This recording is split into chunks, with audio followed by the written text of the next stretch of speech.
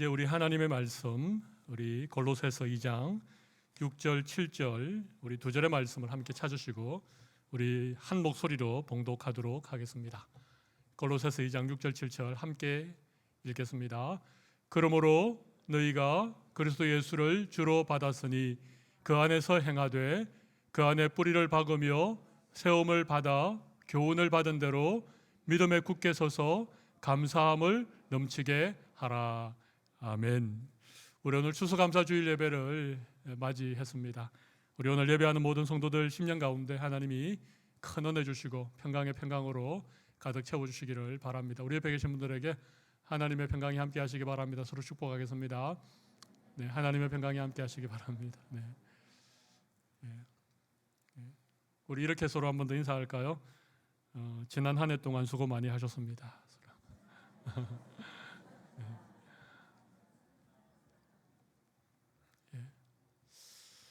모든 것이 하나님의 언어였고 또 감사의 제목이라고 생각합니다.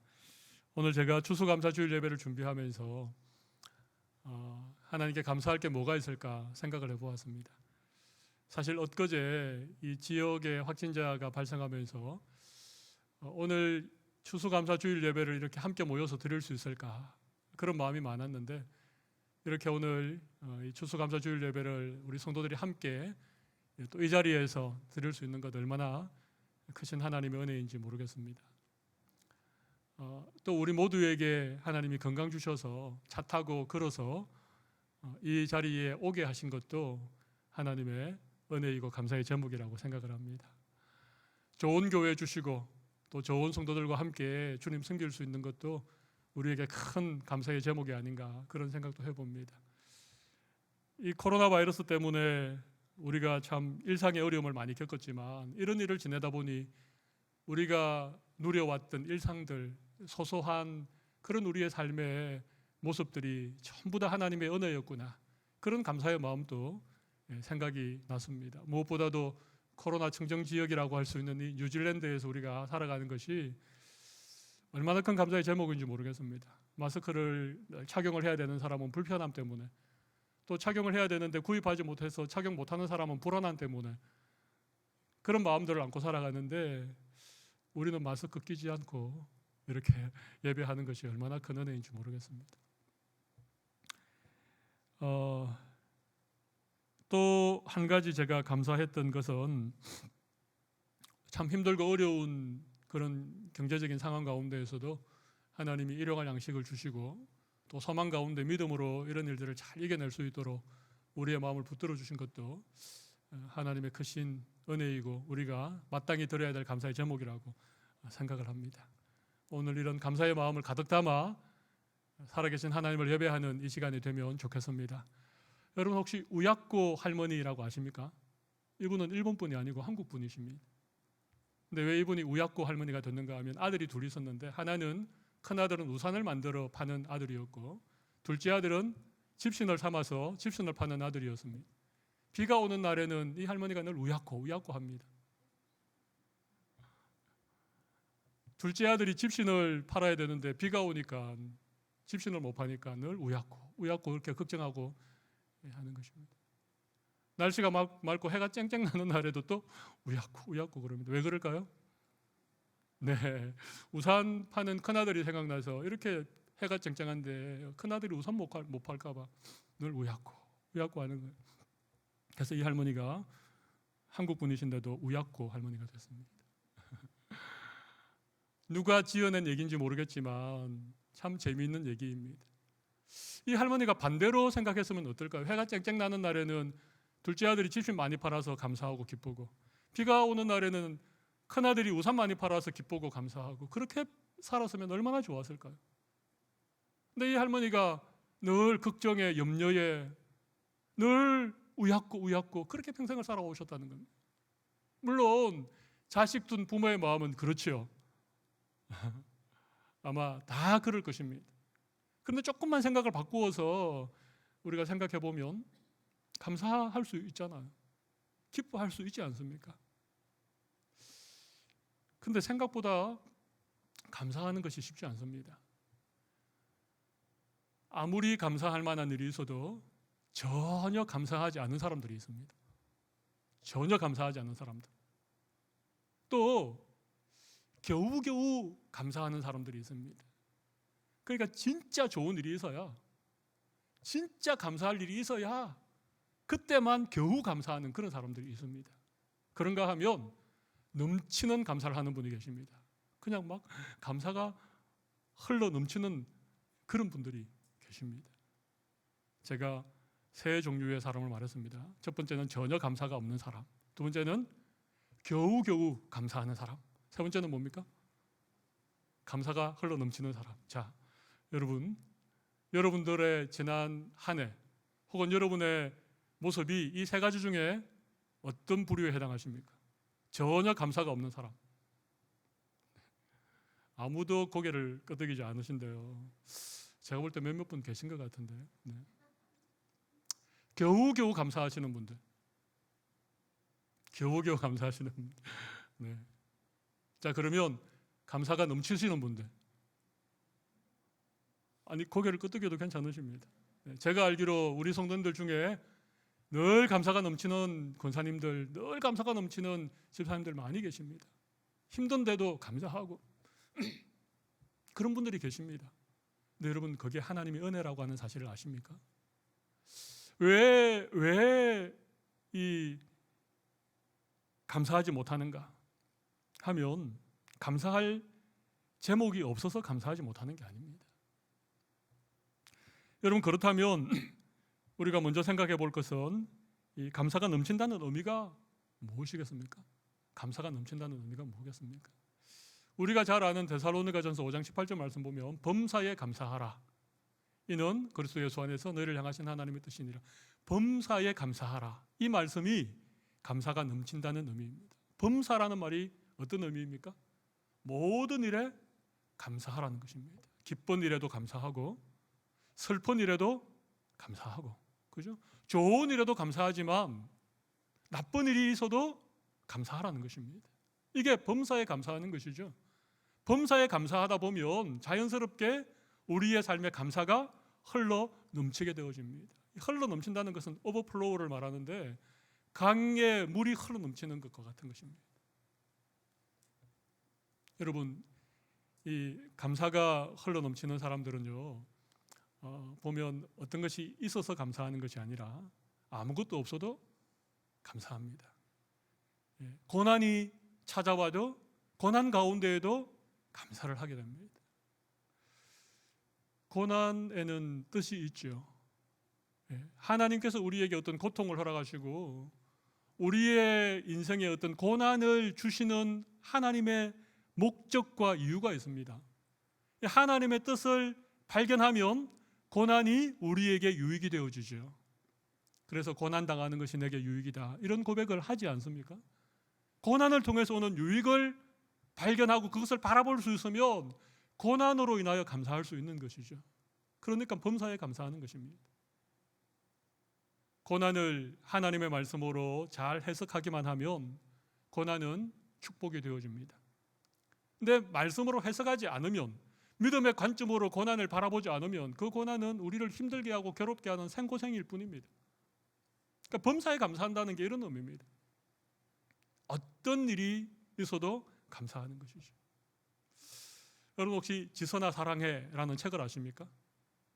이지선 씨라고 2000년 7월 달에 큰 교통사고가 났는데 미처 빠져나오지 못하는데 차에 불이 붙어버렸습니다. 그래서 온몸에 3도 이상의 전신 화상을 입었습니다. 11번의 대수술과 총 30번에 이르는 재활 수술을 받았던 자매, 지금은 자매가 아니죠. 지금은 한동대 교수님이시니까요. 이지선 씨가 지선아 사랑해라고 하는 책에 자기가 그 일을 겪고 난 다음에 감사하게 된 제목들을 기록한 것이 있습니다. 자기는 살면서 평생토록 손톱이 있다는 것에 대해서 감사를 안 해봤다는 것입니다. 근데 그 사고로 8개 손가락에 손톱이 다 빠져버렸습니다. 오른쪽 엄지손가락 하나, 그리고 다른 손가락에 손톱 하나가 겨우 남아 있었습니다. 그런데 이 손톱이 있는 게 얼마나 감사한 일이라고 하는 걸 그때 깨달았다는 거죠. 손톱이 있는 게 왜 감사할까? 제가 생각해 보니까 이 딱딱한 바닥에 좀 뭐 핀이라든지 작은 게 떨어지면 이걸 손으로 짚기가 쉽지 않지 않습니까? 손톱이 없다고 생각해 보십시오. 눈썹이 있는 것을 감사해 본 일이 한 번도 없었는데 눈썹이 없으니까 이게 이 빗물이 그냥 눈으로 흘러 들어왔다는 거예요. 그래서 눈썹이 있는 것이 그렇게 감사한 일이구나. 오른쪽 팔이 이게 굽혀지지도 펴지지도 않는 그런 사고 후유증을 겪고 있는데 이게 오른쪽 팔이 굽혀지지 않으니까 우리의 몸에 관절이 있어서 굽혔다 폈다 하는 것이 정말 하나님의 은혜구나. 여러분, 관절이 있는 것을 하나님께 감사해 본 일이 있으십니까? 관절이 있어서 감사하다. 이 외에도 이 이지선 씨가 정말 모든 것들이 다 감사의 제목이라고 하는 거예요. 여러분, 오늘 하나님 앞에 추수감사 주일 예배로 올려드리는 이 시간에 여러분, 하나님 앞에 감사할 제목이 무엇이 있을까 한번 생각해 보십시오. 오늘 말씀 듣는 내내 여러분 마음속에 하나님이 나에게 베푸신 은혜, 그래서 내가 감사해야 될 제목들이 무엇이 있는지를 한번 생각해 보십시오. 수많은 감사의 제목들이 있습니다. 그래서 우리에게는 이 감사가 흘러 넘칠 수밖에 없는 것이죠. 감사함을 넘치게 하라. 감사함을 넘치게 하라. 이 말씀은 그런 의미입니다. 모든 것을 감사할 수 있는. 그런데 왜 감사하지 못할까요? 우리가 두 번째 생각해 볼 주제는 감사하지 못하는 이유입니다. 저는 크게 두 가지 이유 때문에 우리가 감사하지 못한다고 생각합니다. 첫 번째는요, 관점의 차이 때문에 그렇습니다. 관점의 차이. 여러분, 우리가 어떤 관점으로 바라보는가, 이게 굉장히 중요한 것이죠. 항상 부정적인 생각을 가진 사람이 있습니다. 항상 비관적인 시각을 가지고 바라보는 그런 사람들이 간혹 있습니다. 특별히 비판의 은사를 받은 분들이 계시죠. 어떻게 그렇게 잘 찾아내는지 정말 이건 은사라고 말할 수밖에 없는 그런 분들이 계십니다. 이런 분들은요, 똑똑한 사람을 보면 뭐라고 얘기하는지 아십니까? 잘난 척하고 있네, 이렇게 얘기합니다. 좀 얌전한 사람을 보면 뭐라고 이야기하겠습니까? 내숭 떨고 있네, 이렇게. 좀 활발한, 활기찬 사람을 보면 뭐라고 얘기하겠습니까? 까불고 있네, 이렇게 얘기한다는 거예요. 말수가 적은, 좀 조용한 사람을 보면 뭐라고 얘기하겠습니까? 내숭 떤다고 얘기했죠. 잘 웃는 사람을 보면 뭐라고 얘기하겠습니까? 참 시럽다, 그렇게 얘기한다. 똑똑한 사람 보면 잘난 척한다 그러고, 조용한 사람 보면 내숭 떤다 그러고, 또 활기찬 사람 보면 까분다 그러고, 잘 웃는 사람 보면 시럽다 그러고, 정말 모든 걸 그렇게 보는 거예요. 늘 부정적으로 보고, 늘 비관적으로 보고, 늘 이 비판적으로 보니까 그분의 삶에는 전혀 감사가 있을 수 없는 것입니다. 왜 그렇게 삽니까? 우리가 살아가는 우리의 모든 삶에서 일어나는 일들은요, 항상 양면이 있습니다. 어두운 면이 있으면 항상 밝은 면이 있습니다. 우리 손에 손바닥과 손등이 있는 것처럼 그 어떤 일에도 밝은 면이 있습니다. 근데 늘 밝은 면을 보는 사람이 있습니다. 늘 긍정적인 시각을 가진 사람이 있습니다. 그래서 좀 부족하지만 그 가운데에도 좋은 점들을 발견해 주는 분들이 계시죠. 그런 부모들은요, 아이들을 잘 양육합니다. 아이들에게 긍정적인 면을 보고 그 부분을 격려해주고 칭찬해주고, 그러면 아이들이요 행복하게 자라요. 그런데 어떤 부모들은 늘 부정적으로 보는 거예요. 넌 왜 이걸 못하니? 다른 아이들과 비교하면서. 신앙생활도 마찬가지입니다. 좀 긍정적인 마음을 가지고 참 우리 교회가 좋아, 우리 교회 장로님들이 정말 좋아, 이렇게 볼 수 있지 않습니까? 사람이 완벽할 수 없는데요. 지상의 교회가 완전한 교회가 없는데, 근데 어떻게 해서 그런지 몰라도 늘 문제만 잘 보시는 분이 계십니다. 오늘 이 시간 추수감사 주일 예배를 드리는 우리 가운데 하나님 은혜 주셔서 우리의 관점이 변화되기를 바랍니다. 긍정적인 관점으로 밝은 면을 바라볼 수 있는 믿음의 눈을 하나님 우리에게 열어주시기를 바랍니다. 두 번째 이유를 제가 생각해 보니까 이건 믿음의 있고 없음에 따라서 달라지는 것 같아요. 믿음이 없으니까 그런 겁니다. 우리가 잘 아는 로마서 8장 28절 말씀을 보실까요? 우리가 알거니와 같이 한번 읽어봅시다. 하나님을 사랑하는 자, 곧 그의 뜻대로 부르심을 입은 자들에게는 모든 것이 합력하여 선을 이루느니라. 이게 믿음이죠. 하나님은 우리를 사랑하시고 하나님은 우리를 항상 선대하시기 때문에 모든 것이 합력하여 반드시 선을 이루어 주신다라고 하는 믿음. 이 믿음을 가지면 모든 것이 다 감사의 제목입니다. 믿음이 없으니까 감사할 수 없다는 것입니다. 그래서 의심하게 되어집니다. 하나님을 의심하게 돼요. 염려하고 걱정하고 원망하고 불평하고. 하나님을 신뢰하는 믿음이 있으면, 그리고 그 하나님이 우리를 사랑하시고 모든 것을 합력하여 선을 이루어 주실 것에 대한 믿음이 있으면 우리는 어떤 상황 속에서도 감사할 수 있는 거예요. 고통 속에서도 하나님의 뜻을 찾아보고, 고난 중에 있으면서도 이 고난이 가져오는 영적인 유익들에 대해서 믿음을 가질 수 있으니까 감사할 수 있는 것입니다. 여러분, 쉼표와 마침표의 차이를 아십니까? 이게 둘이 비슷해 보이지만 쉼표하고 마침표는 전혀 다른 것이지 않습니까? 믿음이 없는 사람들은 인생에 고난이 찾아오면 그것으로 인생이 끝났다 그렇게 생각합니다. 믿음이 없는 사람들은 어떤 일을 하다가 실패하면 그것이 인생의 마침표라고 그렇게 좌절하고 절망해 버립니다. 믿음의 사람들은요, 그 실패를 마침표라고 생각하지 않고 쉼표라고 생각합니다. 하나님 잠시 쉬어가라고 말하거나 숨을 고르고 다시 정비해서 다시 출발할 수 있는 쉼표를 나에게 주셨구나. 여러분, 악보에 쉼표가 없으면 어떻게 하겠습니까? 노래 부르다가 다 질식해서 끝까지 노래를 부르지 못할지도 모르겠습니다. 믿음이 있고 없고가 이렇게 중요한 것입니다. 믿음의 사람들은요, 인생의 실패를 뭐로 본다고요? 쉼표로 보는 거예요. 믿음이 없는 사람들은 인생의 실패를 뭐라 본다고요? 인생 종쳤다, 나 망했다, 나 끝났다, 마침표로 보는 것입니다. 혹시 여러분 중에 좀 어려운 일들이 있으시거나 그러신 분들 계십니까? 하나님이 내 인생에 쉼표를 주시구나, 인생 2막을 시작할 수 있는 쉼표를 주시구나. 그런 믿음의 고백을 하실 수 있는 여러분들 되시기를 바랍니다.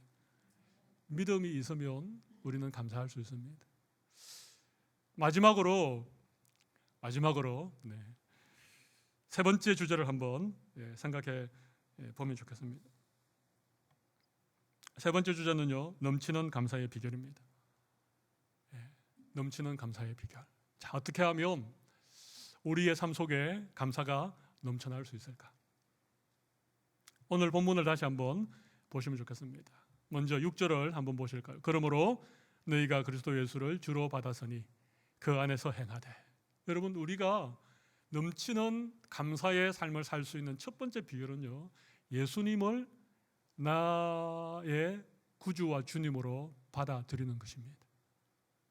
예수님이 내 인생의 주님이 되시는 것을 우리가 받아들이는 것입니다.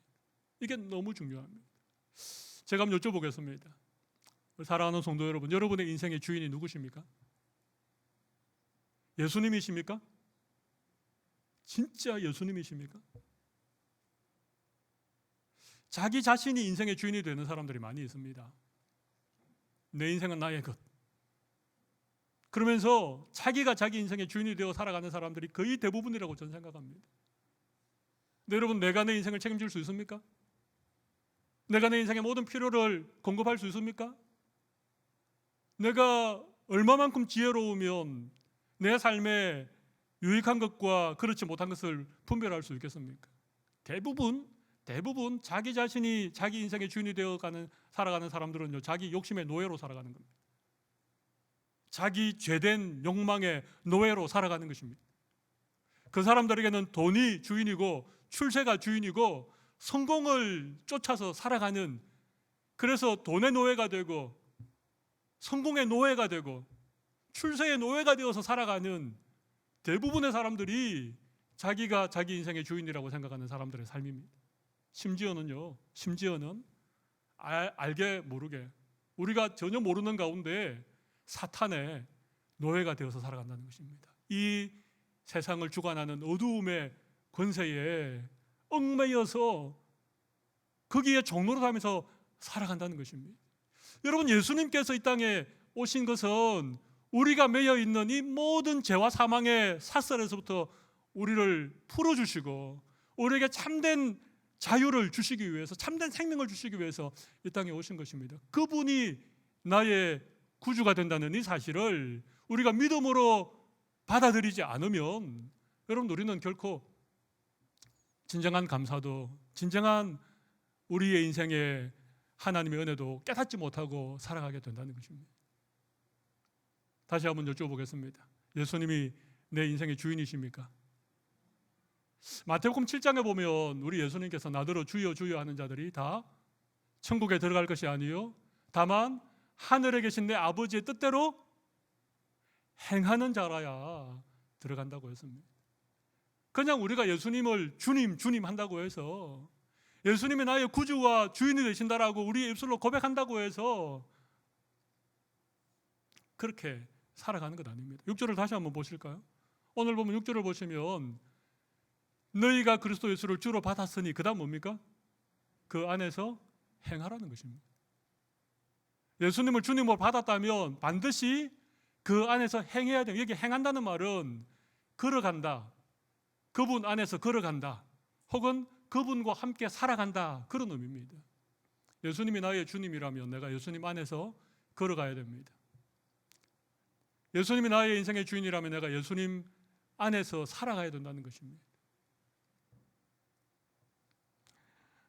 근데 많은 분들이 예수님을 주님이라고 입술로는 고백하지만 여전히 자기가 자기 인생의 주인이 되어 살아갈 때가 많습니다. 여러분, 혹시 예수님께 물어보십니까? 예수님, 제가 이렇게 하는 것이 좋습니까? 아니면 하지 않는 것이 좋습니까? 그렇게 예수님께 물어보십니까? 예수님, 제가 이렇게 하면 우리 주님 마음에 기쁘실까요? 아니면 제가 이렇게 하는 것을 주님이 슬퍼하실까요? 이런 거 물어보십니까?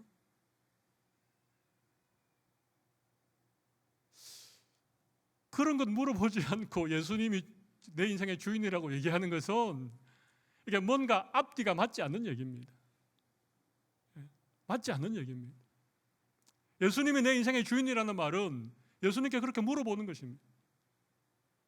예수님이 기뻐하시는 것이라면 힘이 들어도 내가 그것을 정말 최선을 다해서 하는 것, 내가 아무리 하고 싶어도 예수님이 싫어할 것 같은 일은 허벅지를 찔러서라도 하지 않는 것, 이게 예수님이 내 인생의 주인이 되는 것입니다. 여러분, 예수님은 우리의 선한 목자가 되십니다. 우리를 가장 선한 길로 인도해 주시는 분이십니다. 우리 예수님은 능력이 참 많으신 분이십니다. 파도를 명하여 잠잠케 하시는 분이십니다. 물고기 2마리 보리떡 5개로 5,000명을 먹이고도 12광줄이나 가득 남기시는 분이 예수님이십니다. 죽은 나사로를 향하여 나사로야 나오너라 그렇게 말하니까 죽은 지 나흘이 지나서 썩은 냄새가 나는 나사로가 묻은 문을 열고 살아나온 생명의 주인이 되신 분이 예수님이십니다.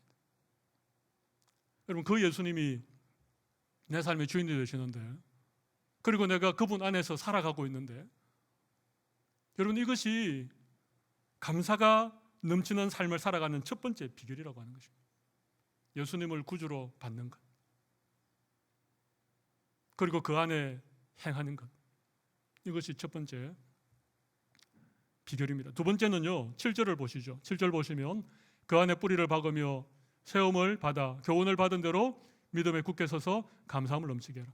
여러분, 우리가 감사함을 넘치게 할 수 있는 것은 우리의 믿음이 자라나야 되는 거예요. 감사는요, 믿음이 자라날 때 그 믿음에 맺히는 열매, 성숙한 믿음의 열매가 감사입니다. 믿음이 굳게 서려면 어떻게 해야 된다고요? 그 안에 뿌리를 박으며 예수님 안에 뿌리를 내려야 된다는 것입니다. 세움을 받아 뿌리를 내리면 뿌리에서 영양분을 공급받아서 싹이 돋고 이 줄기가 서가겠죠. 세움을 받는 것입니다. 그리고 교훈을 받은 대로 믿음에 굳게 서면 그 다음에 감사가 넘치게 되는 것이죠. 그래서 결국은 감사라고 하는 것은 우리의 믿음이 성장했을 때, 우리의 믿음이 굳게 서게 될 때 그 믿음에서 맺히는 열매가 감사라고 하는 것입니다. 믿음이 성장하지 않으면 열매는 맺힐 수가 없습니다. 이 말을 다르게 표현해 보면 감사의 열매를 맺지 못하는 믿음은 성숙한 믿음이 아니라는 얘기죠. 아무리 교회를 오래 다녀도 감사의 열매가 맺히지 않으면 그분의 믿음은 여전히 미성숙한 믿음이라는 것입니다. 교회의 어떤 중요한 직분을 가지고 있어도 그분에게 감사의 열매가 맺히지 않으면 그 믿음은 여전히 어리고 미성숙한 믿음이라고 하는 것입니다. 아무리 교회에 열심히 봉사하고 그냥 교회 일이라면 앞뒤 가리지 않고 앞장서서 섬겨도 그 삶에 감사의 열매가 맺히지 않으면 그것은 믿음이 성숙한 것이 아닙니다. 그냥 자기 열심으로 그냥 앞장서서 일하는 것뿐입니다. 반드시 믿음이 굳게 서면 그 믿음에는 감사의 열매가 넘치도록 맺히게 된다는 것입니다. 여러분의 믿음을 점검해 보십시오. 성숙한 믿음이십니까? 교훈을 받은 대로 굳게 서 계신 믿음이십니까? 감사가 있느냐 없느냐에 따라서 우리 그렇게 말씀드릴 수 있습니다. 감사의 열매를 맺는 분들, 믿음이 성숙한 분들은요, 늘 감사하십니다. 그죠? 좀 부족한 게 있어도 감사하시고, 교회를 바라보면서도 감사하시고, 성도들을 바라보면서도 감사하시고, 교회 지도자를 바라보면서도 감사하시고, 성숙한 믿음을 가졌다는 증거입니다. 여러분, 교회가 다, 이 지상의 교회가 다 불완전하죠. 사람이라고 하는 것은 다 약점을 가지고 있기 마련이지 않습니까? 그런데도 불구하고 늘 감사해 주시는 분들이 계십니다. 이런 분들은요, 믿음이 굳게 서 있는, 믿음이 성숙한 분들이십니다. 저는 이런 생각을 해보았습니다. 우리 사랑의 교회가 정말 성도들이 정말 서로를 바라보면서 감사하고, 교회를 생각하면서 감사하고, 좀 부족하고 연약한 것이 있어도 그래도 서로 감사하면 우리의 믿음이 얼마나 잘 성장하게 될까, 이 공동체가 얼마나 성숙한 공동체가 될까, 그런 생각을 해보았습니다. 오늘 추수감사 주일인데요, 여러분에게 이런 감사의 열매가 하나님의 은혜 가운데 맺혀질 수 있기를 바랍니다. 한스 셀리라고 하는 유명한 분이 계십니다. 이분은 노벨 의학상을 받은 분입니다. 이 한스 셀리라고 하는 분이 스트레스를 연구해서 노벨 의학상을 받은 분인데, 이분이 하버드 대학에서 마지막 은퇴 연설을 했습니다. 그 하버드 대학 강당에 수많은 유명한 사람들이 모이고 의학 전문가들이 모인 자리에서 마지막 연설을 하고 이제 강단에서 내려가려고 하는데 어떤 분이 손을 들고 질문을 했습니다. 셀리 박사님은 스트레스를 평생 연구해 오셨는데 어떻게 하면 이 스트레스를 극복하고 행복한 삶을 살 수 있습니까? 그러니까 일순간 장내가 조용해졌습니다. 그때 이 셀리 박사님이 appreciation, 제가 발음이 안 좋았죠. appreciation 무슨 말이죠? 감사라는 말이죠, 그죠? 한 단어를 얘기했습니다. 감사는 스트레스를 극복할 수 있는 비결입니다. 감사는요, 스트레스를 가장 잘 치료할 수 있는 치료제입니다. 여러분 혹시 홍당무라고 하는 소설 아십니까? 이 자전적인 소설인데요, 젤 러나르라고 하는 발음이 좀 어려운데요, 러나르라고 하는 이분의 자전적 소설인데, 이분은 아침마다 일어날 때 꼭 이렇게 한답니다.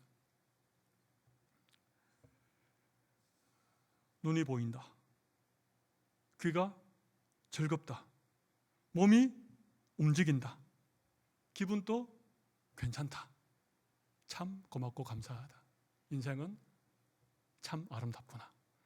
그러면서 하루를 시작한다는 것입니다. 눈이 보인다, 귀가 즐겁다, 몸이 움직인다, 기분도 괜찮다, 고맙고 감사하다, 인생은 참 아름답구나. 그렇게 하루를 시작한답니다. 그러니까 이분에게는요, 늘 하루하루의 삶이 행복하고 하루하루의 삶이 감사로 충만하고. 여러분 아침에 일어날 때 어떻게 일어나십니까? 눈이 보인다, 귀가 들린다, 몸이 움직여지네, 참 감사하다, 그렇게 일어나십니까? 아니면 아침부터 오만 상을 찌푸리고 일어나십니까?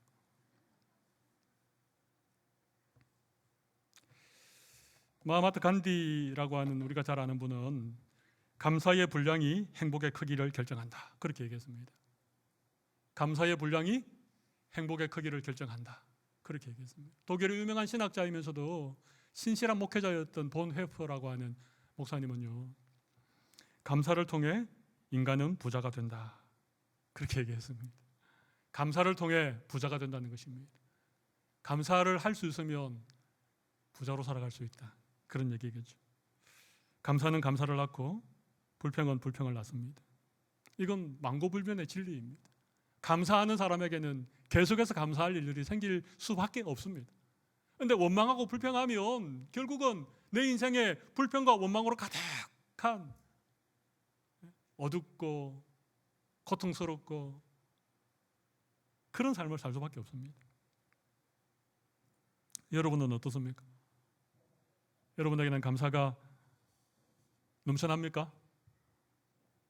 겨우겨우 감사하십니까? 아니면 전혀 감사하지 않으십니까? 오늘 제가 말씀 마무리하면서 여러분에게 숙제를 좀 드렸으면 좋겠습니다. 이번 일주일 동안 매일 하루에 10가지 이상 감사의 제목을 찾아보시기 바랍니다. 제가 이거 몇 가지 할까 정말 고민을 많이 했습니다. 제가 한 30가지 하고 싶은데 30가지 하면 아무도 숙제를 안 하실 것 같아서 제가 줄여서 10가지 하루에 10가지씩 감사의 제목들을 찾아보십시오. 그리고 구역장님들에게 숙제를 제출하시기 바랍니다. 아닙니다. 거기까지는 제가 하지 않고 그냥 부부 간에 또 부모 자녀 간에 또 구역 식구들끼리 좀 서로 나누어 보십시오. 하루에 10가지씩 월, 화, 수, 목, 금, 토 이번 한 주간 매일 10가지 이상의 감사의 제목을 꼭 한번 여러분들이 찾아보시고 감사해 보십시오. 아마 다음 주일 우리가 이 자리에 함께 모였을 때 그 어느 때보다도 더 풍성한 은혜 가운데 하나님께 예배하고 감사할 수 있을 것입니다. 다음 주에 제가 꼭 여쭈어 보도록 하겠습니다. 하루 10가지씩 감사의 제목을 찾으셨는지. 말씀 마무리하겠습니다. 제가 인터넷에서 100가지 감사 제목을 좀 찾아봤습니다. 그러니까 100가지 감사 제목을 올려놓은 인터넷상에 수많은 글들이 있습니다. 그 중에 제가 어떤 하나를 좀 찾아보았습니다. 100가지를 이 시간 다 얘기하면 너무 길어지니까 제가 좀 몇 가지만 좀 소개해 보겠습니다. 세상에 태어나게 하셨으니 감사하고, 오늘도 숨 쉴 수 있게 하시니 감사하고, 볼 수 있으니 감사하고, 들을 수 있으니 감사하고, 냄새 맡을 수 있으니 감사하고, 먹을 수 있으니 감사하고, 말할 수 있으니 감사하고, 잠들 수 있으니 감사하고, 눈 뜨고 깰 수 있으니 감사하고, 만질 수 있으니 감사하고, 움직일 수 있으니 감사하고, 걸을 수 있으니 감사하고, 무릎을 꿇을 수 있으니 감사하고, 누울 수 있으니 감사하고, 엎드릴 수 있으니 감사하고, 허리를 굽힐 수 있으니 감사하고. 여러분 신발 신을 때 허리를 굽혀서 신발을 신으시면 감사하시기 바랍니다. 앉을 수 있으니 감사하고, 소리 지를 수 있으니 감사하고, 노래할 수 있으니 감사하고, 믿을 수 있으니 감사하고, 소망이 있으니 감사하고, 사랑할 수 있으니 감사하고, 꿈을 갖게 하시니 감사하고. 좀 생략하고요. 미안하다고 말할 수 있으니 감사하고, 용서할 수 있으니 감사하고, 평안하게 하시니 감사하고, 시련을 극복할 수 있는 용기 주시니 감사하고, 생각할 수 있으니 감사하고, 기도할 수 있으니 감사하고. 또 중략하겠습니다. 다 하면 너무 시간이 많이 걸리니까. 예배를 드리게 하시니 감사하고, 구원받아서 감사하고, 좋은 교회 다니니 감사하고, 말씀의 은혜 받으니 감사하고. 다 은혜 받고 감사할 수 있으면 좋겠습니다. 순간순간 깨닫게 하시니 감사하고, 좋은 사람들 만나게 하시니 감사하고, 직분 주시니 감사하고, 부족한 가운데 숨기게 하시니 감사하고, 감사로 하루 시작하게 하시니 감사하고, 좋은 성도 만나게 하시니 감사하고. 너무 감사의 제목이 많은 거예요. 좌절하지 않는 마음 주시니 감사하고, 가난하지도 부하지도 않게 하시니 감사하고, 일용할 양식 주시니 감사하고, 교만할 이유가 없어서 감사하고, 교만할 이유가 없어서 감사하고, 가진 것이 없어도 넉넉한 마음 주시니 감사하고, 지족할 수 있으니 감사하고, 예수님을 내 삶의 주인으로 모시고 사니 감사하고, 하나님을 아버지라고 부를 수 있으니 감사하고, 성령님을 의지하고 살아가니 감사하고. 때때로 병들게 하심도 감사하고, 아픔 때문에 연약함을 깨닫게 하시니 감사하고. 여러분, 이게 자그마치 100가지가 넘습니다. 우리가 감사의 제목을 찾아보면 수많은 감사의 제목, 만만의 감사의 제목, 만입이 내게 있어도 다 고백할 수 없는 수많은 감사의 제목을 우리가 가지고 있습니다. 감사하며 살아갈 수 있는 우리 성도들이 되시기를 바랍니다. 저도 얼마나 감사한지 모르겠습니다. 저도 좋은 교회, 우리 좋은 성도님들과 함께 주님 섬길 수 있어서 너무너무 감사합니다. 우리 이 시간 함께 가슴에 손을 잠깐 올리고 우리 주신 말씀 생각하시면서 함께 기도하는 시간을 가졌으면 좋겠습니다.